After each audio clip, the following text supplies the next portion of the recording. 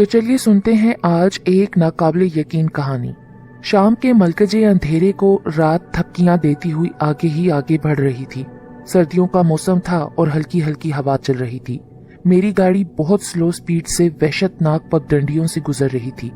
راستہ طویل سے طویل تر ہوتا جا رہا تھا۔ میرے پہلو میں میری خوبصورت جوان سال محبوب بیوی بیٹھی ہوئی درد سے کرا رہی تھی۔ تکلیف کی شدت سے اس کی آنکھوں میں آنسو امڑ آئے تھے، لیکن اس منحوس راستے میں کوئی بھی ہماری مدد کرنے والا نہیں تھا۔ میری بیوی کی پریگننسی کے آخری ایام تھے اور اب مجھے لگ رہا تھا کہ ولادت کا وقت قریب ہے، کیونکہ میری بیوی درد کی شدت سے تقریباً کرا رہی تھی۔ کیسی یہ بے بسی تھی۔ میں فطرتاً وہ انسان ہوں کہ اگر کسی کو ایک کانٹا بھی چبھ جائے تو میں تڑپ اٹھتا تھا، مگر آج میں خود اپنی زندگی کے متعلق تکلیف میں کچھ بھی نہیں کر پا رہا تھا۔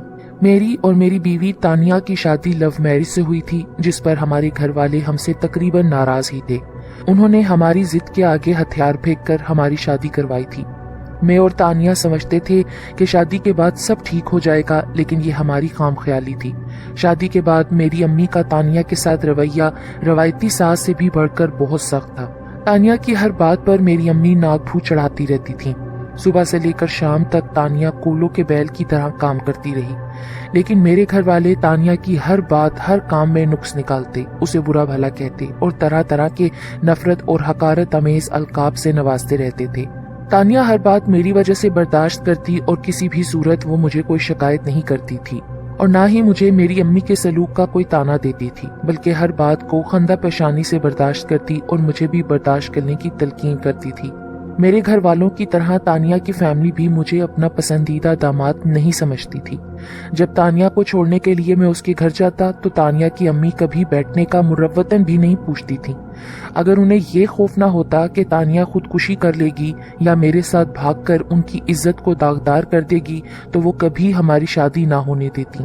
نہ جانے انہیں مجھ میں کیا عیب دکھتا تھا۔ جب کبھی میں تانیہ کے گھر رک جاتا تو میرے سامنے وہ تانیہ سے کوریت کر پوچھتی، تانیہ تمہارے سسرال والے تم سے بہت کام کرواتے ہیں نا؟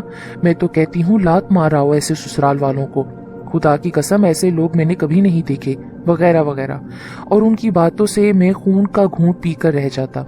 تانیہ کی محبت میں کر بھی کیا سکتا تھا؟ وہ تو میرے لیے دل و جان سے بھی بڑھ کر تھی، اور اسی وجہ سے میں سب کی باتوں کو برداشت کرتا اور ماتھے پر بل بھی نہ ڈالتا کہ کہیں میری پریشانی کی وجہ سے تانیہ ٹینشن میں نہ آ جائے۔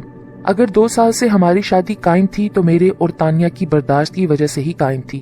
یہ 2 سال ہماری زندگی کے بدترین سال تھے۔ تیسرے سال ایک نیا بکھیڑا کھڑا ہو گیا۔ شادی کے 3 برس ہو جانے کے باوجود ہماری کوئی اولاد نہیں تھی، اور اب میرے گھر والوں کو ایک وارث چاہیے تھا۔ بچے کی خواہش تو مجھے اور تانیہ کو بھی تھی، لیکن امی کا مطالبہ پورا کرنے میں سوچ بھی نہیں سکتا تھا۔ امی کا کہنا تھا کہ اب اس منحوس ماری تانیہ سے مجھے کوئی اولاد نہیں ملنے والی، مجھے دوسری شادی کر لینی چاہیے۔ اور سب سے دلچسپ و عجیب بات تو یہ تھی کہ تانیہ کی امی بھی تانیہ کو یہی سبق پڑھاتی تھیں کہ تانیہ کو مجھ سے طلاق لے لینی چاہیے کیونکہ مجھ میں ہی کوئی کمی ہے۔ ان حالات میں ہم دونوں میاں بیوی کو چکرا کر رکھ دیا گیا تھا۔ انہی ٹینشن کے دنوں تانیہ نے مجھ سے کہا کہ جواد ہمیں ادھے لال شنکر کے دربار میں جانا چاہیے، وہاں سے کوئی نامراد ہو کر واپس نہیں آتا۔ تانیہ کی بات سن کر میں حیرت و غصے سے بولا، تانیہ میں تو ایسی توہمات پر یقین نہیں کرتا۔ جب ہماری قسمت میں اولاد ہوئی تو ہمیں مل جائے گی، اور مجھے تم پر حیرت ہو رہی ہے کہ تم بھی ایسی باتوں پر یقین کر بیٹھی ہو۔ جواد تم پھر بھی سوچ لو۔ تانیہ نے کہنا چاہا تو میں نے اس کی بات فوراً ہی کاٹ دی۔ تانیہ ایسا ناممکن ہے، تم یہ بات اپنے دماغ سے کھرچ کر نکال دو۔ یہ سن کر اس کا موڈ آف ہو گیا اور وہ کچھ کہے بنا سو گئی۔ یہ فرسٹ ٹائم ہمارے درمیان بحث ہوئی تھی اور مجھے افسوس بھی ہونے لگا تھا۔ 2 دن بعد وہ اپنے میکے والوں سے ملنے مجھے لے جانا چاہتی تھی۔ میں اس کو چھوڑنے اس کے ساتھ گیا۔ ہم جیسے ہی اس کے گھر میں داخل ہوئے اس کی امی بولی، تانیہ بیٹی شکر ہے کہ تم آ گئی، مجھے تم سے بہت ضروری بات کرنی تھی اور مجھے تمہاری یاد بھی آ رہی تھی۔ ایسی کیا ضروری باتیں کرنی تھی امی آپ نے؟ تانیہ نے میرے ہمراہ اپنی امی کی طرف بڑھتے ہوئے بولا۔ بیٹھو بیٹا، آنٹی نے تانیہ سے کہا۔ مجھے یوں اگنور کر دیا جیسے میں وہاں پر ہوں ہی نہیں۔ برا تو مجھے بہت لگا، لیکن میں تانیہ کی خاطر برداشت کر گیا۔ وہ بولی، بیٹی مجھے اب یہ تمہارا مرجھایا ہوا چہرہ دیکھا نہیں جاتا۔ سسرال والوں نے تم پر ظلم کا پہاڑ توڑ رکھا ہے، اور سب سے بڑھ کر تمہارے شوہر کو تمہارا بالکل خیال نہیں۔ تم خود پر نظر ڈالو، کتنی تم خوبصورت ہو، تمہارے ایک اشارے پر کنوارے لڑکوں کی لائن لگ جائے گی۔ تمہارے شوہر میں جو کمی ہے وہ کسی صورت دور نہیں ہو سکتی اب، اور پھر تم اولاد سے محروم رہو گی ساری زندگی۔ میرے پاس کئی لڑکوں کی تصویریں ہیں جو کہ اب بھی تم سے شادی کرنا چاہتے ہیں. تم ان میں سے کسی ایک کو پسند کر لو اور درد بھری پریشان کن زندگی سے نجات حاصل کر لو. میرے لیے لڑکوں کی تصویریں؟ کیا مطلب امی؟ مجھے آپ کی بات سمجھ نہیں آئی. اور کس سلسلے میں دیکھوں یہ تصویریں؟ کس سلسلے میں بھلا؟ تمہارے لیے لڑکوں کی تصویریں؟ ظاہر ہی سی بات ہے کہ تمہاری شادی کے لیے کہہ رہی ہوں. آنٹی نے ایسے بولا جیسے ان کے لیے یہ الفاظ بہت نارمل سے تھے. وٹ ربش! یہ کیا کہہ رہی ہیں آپ؟ کیا آپ کو نہیں معلوم کہ تانیہ میری بیوی ہے اور آپ اس کے لیے لڑکے دیکھ رہی ہیں؟ یہ کیا بکواس ہے؟ میں تو غصے کی وجہ سے اپنے اوپر کنٹرول ہی نہیں رکھ پایا. نہایت بدتمیزی سے بولا. لیکن آنٹی پر میری باتوں کا تو رتی برابر بھی اثر نہیں ہوا اور وہ پرسکون لہجے میں مجھ سے مخاطب ہو کر بولی، تانیہ آج تمہاری بیوی ہے، کل نہیں ہوگی. میں نے تو سرے سے ہی اس شادی کو کبھی مانا ہی نہیں، کیونکہ مجھے تو روز اول سے ہی پتا تھا کہ میری بچی تم جیسے جاہل لوگوں کے ساتھ کبھی خوش نہیں رہ سکتی. اور اب تانیہ کو بھی یہ پتا چل چکا ہے کہ تم جیسے کھوکھلے مرد کے ساتھ رہ کر اسے سوائے تکلیفوں کے اور کچھ نہیں ملنے والا. ان کی تلخ باتیں تو مجھے اندر تک سلگا گئی. میں اس وقت ان کی چھت کے نیچے بیٹھا ہوا تھا، اس لیے میں ان سے کچھ بھی کہنا مناسب نہیں سمجھ رہا تھا، اور تانیہ کو میں نے کلائی سے پکڑ کر گھر سے باہر نکال آیا. مجھے اس ماں پر حیرت ہو رہی تھی جو اپنی بیٹی کا گھر خود برباد کرنے پر تلی ہوئی تھی. تانیہ مجھ سے کچھ کہنے کی کوشش کر رہی تھی، لیکن میرے دماغ میں اس وقت آندھی چل رہی تھی، اس لیے مجھے نہیں پتا چل رہا تھا کہ وہ کیا کہنا چاہ رہی ہے. گاڑی میں بیٹھنے کے بعد میں نے گاڑی کو سٹارٹ کرتے ہوئے کہا، تانیہ کہاں ہے ادے لال شنکر کا دربار؟ کون سی جگہ پہ ہے؟ چلو وہاں چلتے ہیں. اس وقت تانیہ کی آنکھوں سے زاروں قطار آنسو بہ رہے تھے. میری بات سن کر اس نے حیرت و خوشی سے مجھے دیکھا اور بولی، تم جانے کے لیے تیار ہو؟ میں نے کہا بالکل، لیکن تم پہلے اپنا یہ رونا دھونا بند کرو پلیز. تانیہ نے جلدی سے اپنی آنکھوں سے آنسو پہنچے اور مجھے راستہ سمجھانے لگی. دربار میں کافی لوگ آئے ہوئے تھے جو کہ چڑھاوے چڑھا رہے تھے، منتیں مانگ رہے تھے.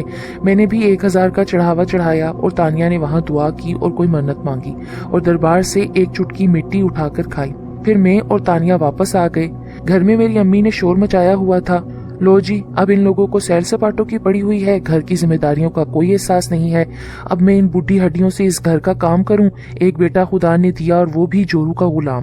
میں امی کو چپ کروانے کی کوشش کرنے لگا اور تانیہ جلدی جلدی سارے کام سمیٹنے لگی. 2 دن بعد پورے گھر میں ایسی ہی بوریت چھائی رہی. آفس سے واپس گھر آنے کا دل ہی نہیں کرتا تھا. خیر جیسے تیسے کر کے وقت کا پہیہ چلتا رہا اور پھر دوسرے ماہ تانیہ نے خوشخبری سنا ڈالی، جسے سن کر پورے گھر میں خوشی کی لہر دوڑ گئی. امی کا چڑچڑا پن 9 تو 11 ہو گیا اور میری شادی شدہ بہن بھی فوراً ہمارے گھر آ گئی. وہ تانیہ جس کو ہر پل جلی کٹی سنائی جاتی تھی، کام چور ہڈ حرام جیسے خطابات سے نوازا جاتا تھا، اب اسی تانیہ کو سر آنکھوں پر بٹھایا جا رہا تھا. امی اس کو بستر سے پاؤں بھی نہیں نیچے رکھنے دیتی تھی. زندگی ایک دم پرسکون ہو گئی تھی. میرا اور تانیہ کا صبر رنگ لا رہا تھا. وقت کا کام ہوتا ہے گزرنا، اسی لیے یہ بنا کسی پرواہ کیے گزرا جا رہا تھا. یہ الگ بات ہے کہ اچھا وقت بہت جلدی گزر جاتا ہے اور برے وقت کا ایک ایک پل صدیوں کے برابر محسوس ہوتا ہے. ہماری زندگی کے 3 برس کیسے گزرے تھے یہ ہم اور ہمارا خدا ہی جان سکتا ہے، لیکن خوشی کے وہ ایام بہت تیز رفتاری سے گزر رہے تھے. مجھے اپنے بچے کو گود میں کھلانے کے لیے کچھ ہی دن رہ گئے تھے اور سارے خاندان والے تانیہ کا بہت زیادہ خیال رکھ رہے تھے. ایک دن تانیہ نے مجھ سے کہا، جواد میں ایک مرتبہ پھر ادے لال شنکر کے دربار میں جانا چاہتی ہوں اور ان کا شکریہ ادا کرنا چاہتی ہوں. اس کی بات سن کر میں نے کہا، تانیہ ہم بچے کی پیدائش کے بعد چلے جائیں گے. نہیں پر میں آج ہی جانا چاہتی ہوں جواد، پلیز میری بات مان لو. دربار یہاں سے زیادہ دور تو نہیں ہے نا؟ میں ادے لال شنکر کا شکریہ ادا کرنا چاہتی ہوں جن کی وجہ سے میرے ہاں بچے کی ولادت ہونے جا رہی ہے اور انہی کی وجہ سے میں ماں کے مرتبے پر فائز ہو رہی ہوں. ہماری خزاں رسیدہ زندگی میں یہ جو بہار کے پھول نئی کونپلوں کی مانند پھوٹے ہیں، یہ ادے لال شنکر ہی کی مہربانی ہے. ان کے دربار میں ایک مرتبہ پھر حاضری دینا چاہتی ہوں پلیز. تانیہ التجائیہ لہجے میں مجھے مسلسل جانے پر فورس کر رہی تھی اور میں بھی اس کی باتوں میں آ کے بے بس ہو گیا اور اس کی بات مان لی. لیکن جب امی کو پتا چلا تو انہوں نے تھوڑا سا ہنگامہ کیا کہ بالکل آخری دن ہے، اس کی طبیعت کہیں خراب نہ ہو جائے سفر میں. لیکن تانیہ کی ضد کے آگے امی بھی ہار مان گئیں. ہم دربار میں چلے گئے.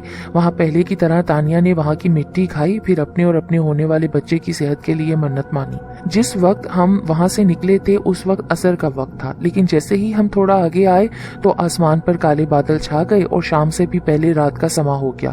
ہر طرف اندھیرا چھا گیا.